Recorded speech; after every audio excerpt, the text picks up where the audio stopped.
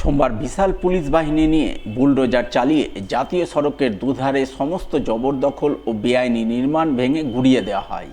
স্বভাবতই এই ঘটনাকে কেন্দ্র করে সোমবার কালিয়াচকে চাপা উত্তেজনা তৈরি হয়। যদিও বিশাল পুলিশ বাহিনীর উপস্থিতির কারণে উচ্ছেদ অভিযান চলাকালীন কোনো সমস্যা তৈরি হয়নি।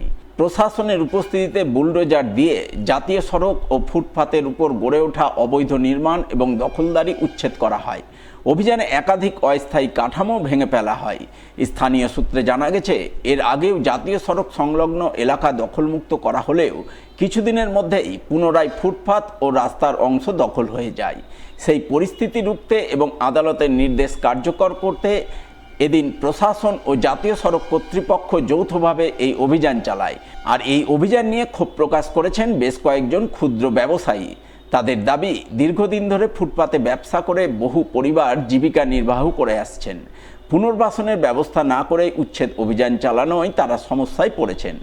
অন্যদিকে প্রশাসনের দাবি, জাতীয় সড়কের নিরাপত্তা নিশ্চিত করা, যান চলাচল স্বাভাবিক রাখা এবং আদালতের নির্দেশ কার্যকর করতেই এই উচ্ছেদ অভিযান পরিচালনা করা হয়েছে। প্রশাসনের পক্ষ থেকে জানানো হয়েছে, ভবিষ্যতেও যাতে জাতীয় সড়ক ও ফুটপাত পুনরায় দখল না হয় সেই বিষয়ে নিয়মিত নজরদারি চালানো হবে।